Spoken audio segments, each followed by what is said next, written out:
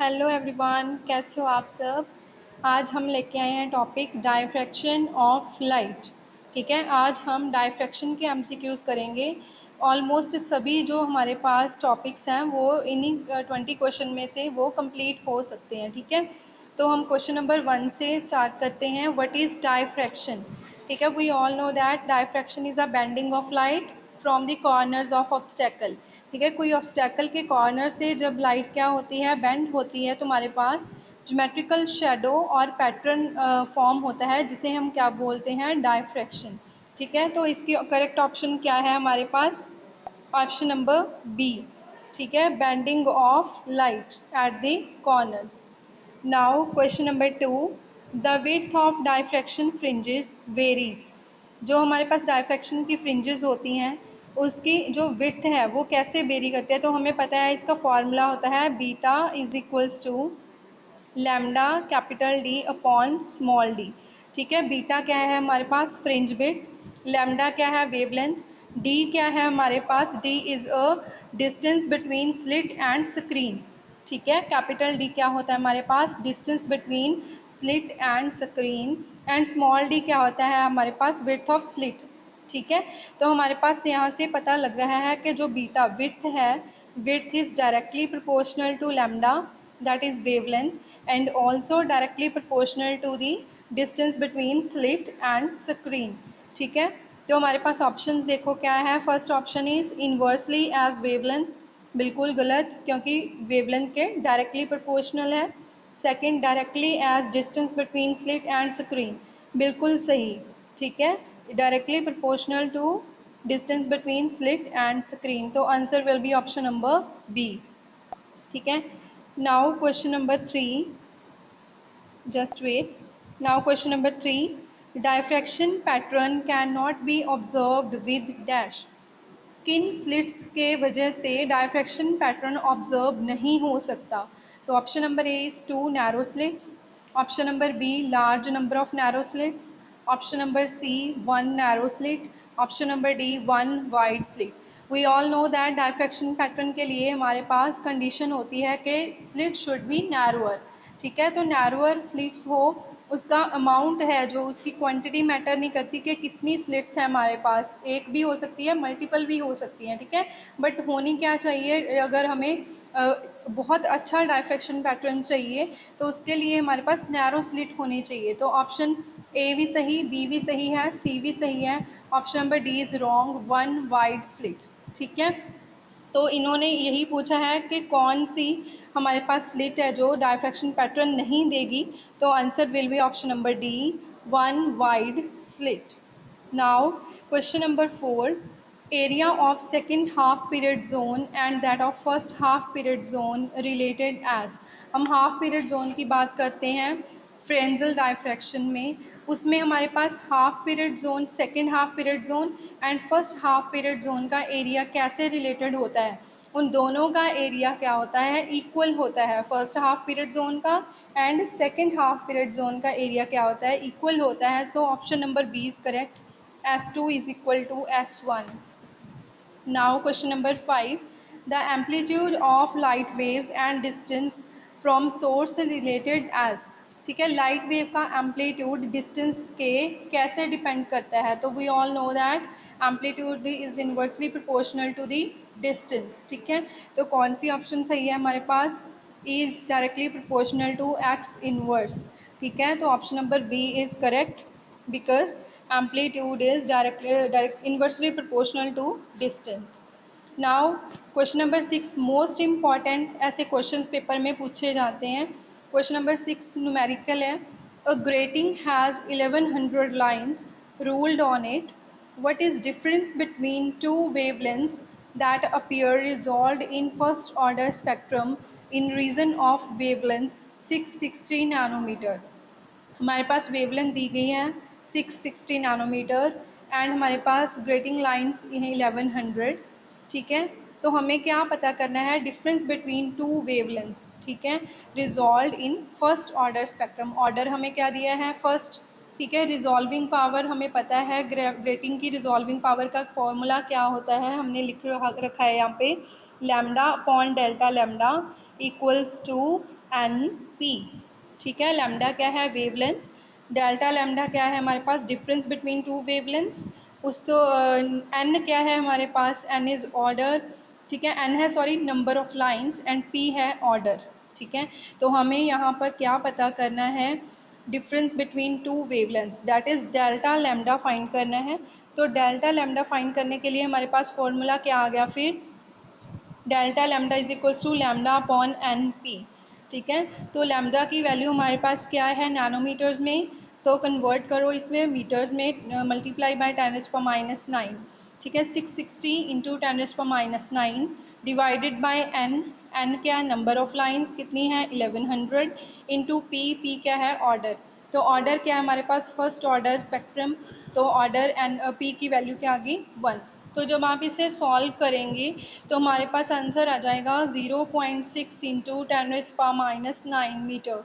ठीक है, तो हमारे पास ऑप्शन कौन सी करेक्ट है इसकी? ऑप्शन नंबर ए।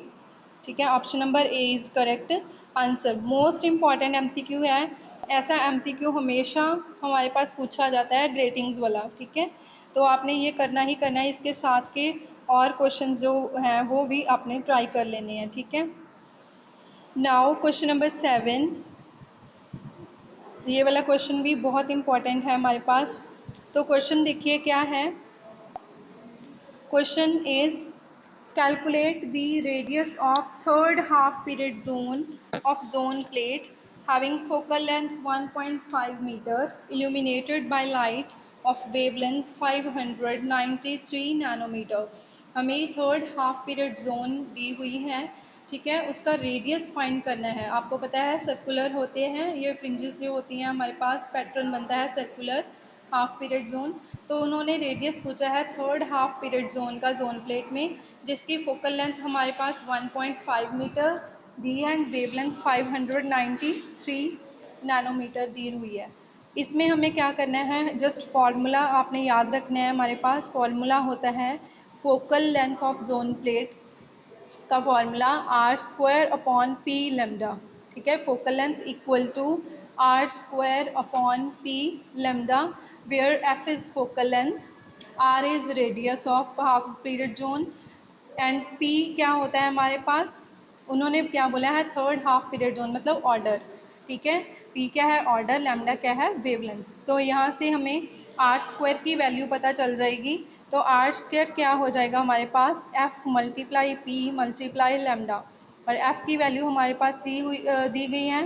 एफ की वैल्यू है हमारे पास 1.5 मीटर। ठीक है, मल्टीप्लाई पी। पी क्या है? Order. Order is third order and the wavelength क्या है? 593 नैनोमीटर। इसे कन्वर्ट कर लिया मीटर में। ठीक है, तो 593 इंटू 10⁻⁹ करके जब आप इसे सॉल्व करेंगे तो हमारे पास आंसर आ जाएगा 1.63 इंटू 10⁻³ मीटर। ठीक है, तो option number B is correct answer. Option number B is correct answer. ठीक है, तो आपने ये भी सॉल्व करना है। ये भी काफ़ी इंपॉर्टेंट फार्मूला है हमारे पास to find the radius of half period zone. ठीक है, now question number 8। The phenomena of diffraction can understood by. Diffraction का पैटर्न हमें पता ही है, लाइट का वेव नेचर किस साइंटिस्ट ने हमें बताया था? हॉगन्स प्रिंसिपल। ठीक है, तो इसका करेक्ट आंसर क्या होगा? हमें सभी को पता है the phenomena of diffraction can be understood by Huygens. ठीक है, इसकी प्रोनाउंसिएशन चेंज हो सकती है क्योंकि कोई कुछ बोलता है कोई कुछ, तो Huygens principle. Fraunhofer and Fresnel तो डायफ्रैक्शन की टाइप्स हैं, तो इसका करेक्ट आंसर क्या होगा? Option number A Huygens. Now question number 9। In Fraunhofer diffraction incident wave front should be. तो हमें पता है दो तरह की डायफ्रैक्शन होती है हमारे पास, कौन कौन सी? एक होती है फ्रेंसल, एक होती है फ्रॉन्सहोफर। ठीक है, फ्रॉन्सहोफर। तो फ्रेंजल में जो हमारे पास वेव फ्रंट बनते हैं वो क्या होते हैं? स्फेरिकल और सिलेंड्रिकल होते हैं। ठीक है, बट जो हमारे पास फ्रॉन्सहोफर है उसमें हमारे पास प्लेन वेव फ्रंट बनते हैं। प्लेन वेव फ्रंट, क्योंकि लाइट इनफाइनाइट डिस्टेंस से आ रही होती है। ठीक है, तो हमारे पास फ्रॉन्सहोफर में प्लेन वेव फ्रंट बनते हैं। तो इसका आंसर उन्होंने क्वेश्चन में यही पूछा है। In Fraunhofer diffraction incident wave front should be, कैसे होने चाहिए इंसिडेंट वेव फ्रंट, कैसे होते हैं प्लेन वेव फ्रंट। ठीक है, तो option number B is correct answer. अगर आपको यहाँ पर फ्रेंजल डायफ्रैक्शन आ जाता तो उसमें क्या होते हैं, स्फेरिकल और सिलेंड्रिकल होते हैं। ठीक है, now question number 10, to find prominent diffraction size of diffraction object should be. इसका हमें पता है डायफ्रैक्शन की कंडीशन क्या है। डायफ्रैक्शन, प्रोमिनेंट डायफ्रैक्शन हम तभी ऑब्जर्व कर सकते हैं अगर हमारे पास वेवलेंथ हो जो कंपेरेबल साइज़ की हो, कैसे, ऑब्स्टेकल के साइज़ से। ठीक है, तो हमारे पास इसका आंसर क्या होगा, size of diffraction object should be comparable to order of wavelength of light. तो इसका करेक्ट आंसर क्या होगा, option number B, option number B. ठीक है, तो हमें पता है, याद रखना है हमारे पास कि उसकी वेवलेंथ है जो उसके साइज़ के कंपेरेबल होनी चाहिए almost. Now question number 11 which is very very important. Diffraction में न्यूमेरिकल आने के ज़्यादा चांसेस हैं। तो देखो 11th क्वेश्चन क्या है हमारे पास, a grating has 6000 lines, number of lines दी हैं 6000 per centimetre, how many orders of light of wavelength 4500 angstrom can be seen. कितने ऑर्डर देखने को मिलेंगे। तो इसका फॉर्मूला हमारे पास होता है n is equal to 1/n lambda. ठीक है, हमारे पास ऑर्डर फाइंड करना है, तो ऑर्डर क्या है, स्मॉल n। ठीक है, कैपिटल N क्या है, नंबर ऑफ लाइंस, लेमडा क्या है, वेवलेंथ। तो यहाँ से हम सभी की वैल्यूज़ पुट करेंगे। 6000 लाइंस दी रखी हैं हमारे पास, लेमडा 4500 एमस्ट्रॉन्ग है, इसे कन्वर्ट करो 10⁻⁻10 लगा के, तो हमारे पास अप्रॉक्सीमेट आंसर आ जाएगा 3.7। ठीक है, तो 3.74 से कम है, तो इसका आंसर हम क्या कंसिडर करेंगे, 3। तो ऑर्डर क्या होगा इसका, ऑप्शन नंबर सी, 3। ठीक है, तो ये वाला क्वेश्चन भी बहुत इंपॉर्टेंट है, याद रखना है हमारे पास, order equals to 1/n lambda. तो ये फॉर्मूला लगा के भी हम क्वेश्चन जो सॉल्व कर सकते हैं। ठीक है, now question number 12, just wait. Now question number 12, the dark line constituting absorption spectrum exhibit by sunlight are called. ठीक है, जो हम सनलाइट में डार्क लाइंस एब्जॉर्प्शन स्पेक्ट्रम देखते हैं वो किसकी वजह से होती हैं, उन लाइंस को क्या, कौन सी लाइंस बोलते हैं। ठीक है रजे, उन लाइंस को हम बोलते हैं फ्रॉन्ज़ऑफर लाइंस। कौन सी लाइंस बोलते हैं हम उन्हें, फ्रॉन्ज़ऑफर लाइंस। ऑल्सो हम इन्हें एब्जॉर्प्शन लाइंस भी बोलते हैं, याद रखना है, फ्रॉन्ज़ऑफर लाइंस को हम एब्जॉर्प्शन लाइंस भी बोलते हैं। ठीक है, फ्रॉन्ज़ऑफर लाइन, एब्जॉर्प्शन लाइंस। तो हमें पता है कि जो एलिमेंट्स होते हैं in the outer atmosphere of sun, वो लाइट को क्या करते हैं, एब्जॉर्ब करते हैं of their characteristic wavelength coming from sun's inner atmosphere. ठीक है, तो वो क्या होता है हमारे पास, इसकी वजह से हमारे पास क्या होती हैं, फ्रिंजेस पैटर्न ऑब्जर्व होते हैं। उन फ्रिंजेस को हम क्या बोलते हैं, फ्रॉन्ज़ऑफर लाइंस बोलते हैं, और या फिर एब्जॉर्प्शन लाइंस बोलते हैं। ठीक है, now question number 13, resolving power of grating is no given by. Grating की रिजॉल्विंग पावर का फॉर्मूला हमारे पास क्या होता है, लैम्डा अपॉन डेल्टा लैम्डा। ठीक है, wavelength upon difference between the wavelength. तो इसका करेक्ट आंसर क्या होगा, lambda upon D lambda. Now question number 14, phalangeal diffraction is observed when, option number A, only screen is placed at finite distance, option number B, only source is placed at finite distance, option number C, both source and screen are at finite distance, option number D, none of these। तो phalangeal diffraction की condition क्या होती है हमारे पास, phalangeal diffraction में source and screen दोनों finite distance पे होते हैं। ठीक है, जैसे मैंने आपको बताया था कि फ्रॉन्ज़ऑफर में इनफाइनाइट डिस्टेंस पे होते हैं, दैट्स वाई वेव फ्रंट कैसे बनते हैं, प्लेन वेव फ्रंट बनते हैं। तो इसमें हमारे पास क्या है, फ्रेंजल डायफ्रैक्शन। फ्रेंजल डायफ्रैक्शन में हमारे पास डिस्टेंस क्या होता है, finite distance between source and screen. तो इसका करेक्ट आंसर क्या होगा, ऑप्शन नंबर सी। ठीक है, now question number 15, the diffraction observed by diffraction grating can also be termed as. Diffraction grating में जो डायफ्रैक्शन पैटर्न हमें देखने को मिलता है वो कैसा होता है? सिंगल स्लिट डायफ्रैक्शन, इसे हम और क्या बोलते हैं? Single slit diffraction. Now question number 16, diffraction is a special type of, diffraction is a special type of polarisation. ठीक है, ये भी काफ़ी इंपॉर्टेंट है, diffraction is special type of polarisation. Now question number 17. What is the effect of increased number of slits on intensity of central maxima of diffraction pattern of diffraction grating? कि अगर हम slits number of slits increase कर दें तो intensity of central maxima पे क्या फ़र्क पड़ता है? तो हमें याद रखना है, with increase the number of slits diffraction maxima become sharper and more intense. Maxima sharper curve बनती है और मोर इंटेंस बनता है। तो इसका करेक्ट आंसर क्या है? Intensity of central maxima increases. Now question number 18, in diffraction of white light which colour show maximum diffraction?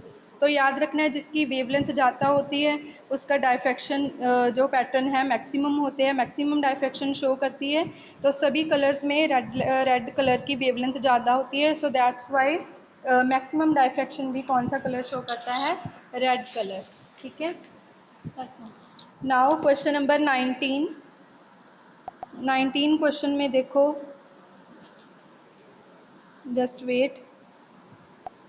Question number 19, in single slit diffraction central maxima is. Single slit diffraction में हमारे पास central maxima कैसे बनता है? नीचे हमारे पास diagram है, देखो। Diffraction में क्या होता है? सेंट्रल मैक्सिमा जो होता है वो ब्रॉडर होता है, ब्रॉड बना है, और जो सेकेंडरी मैक्सिमा वो क्या होते हैं? डिक्रीज होने लगते हैं। ठीक है, उनकी इंटेंसिटी क्या होती है? डिक्रीजिंग ऑर्डर में। सो दैट्स वाई हमारे पास इसका करेक्ट आंसर क्या होगा? सिंगल स्लिट डायफ्रैक्शन में सेंट्रल मैक्सिमा क्या होगा? Broad, brighter, alternate minima and maxima with decrease intensity. देखो यहाँ पर क्या हो रही है? इंटेंसिटी डिक्रीज हो रही है। ठीक है, तो दैट्स वाई इसका करेक्ट आंसर क्या होगा? Option number B, central maxima कैसा होता है? Broad, brighter, minima and maxima with decreasing intensity. Now the last question, in single slit if red light is replaced with X ray. ठीक है, अगर हम रेड लाइट को एक्स रे से replace कर दें तो हमारे पास फ्रिंजेस पे क्या इफ़ेक्ट पड़ेगा? तो हमें पता है कि एक्स रेज की वेवलेंथ जो होती है, एक्स रेज की वेवलेंथ वो कम होती है रेड लाइट से। तो कोई भी डायफ्रैक्शन पैटर्न ऑब्जर्व नहीं होगा क्योंकि कंपेरेबल वेवलेंथ होनी चाहिए। सो दैट्स वाई एक्स रे से रेड कलर को जब हम एक्स रे से रिप्लेस करेंगे तो हमारे पास कोई भी डायफ्रैक्शन पैटर्न ऑब्जर्व नहीं होगा। तो इसको करेक्ट आंसर क्या होगा? No diffraction is observe. ठीक है, तो ये थे हमारे पास MCQs, 20 MCQs most important. I hope आप सबको क्लियर हो गए होंगे। Thank you.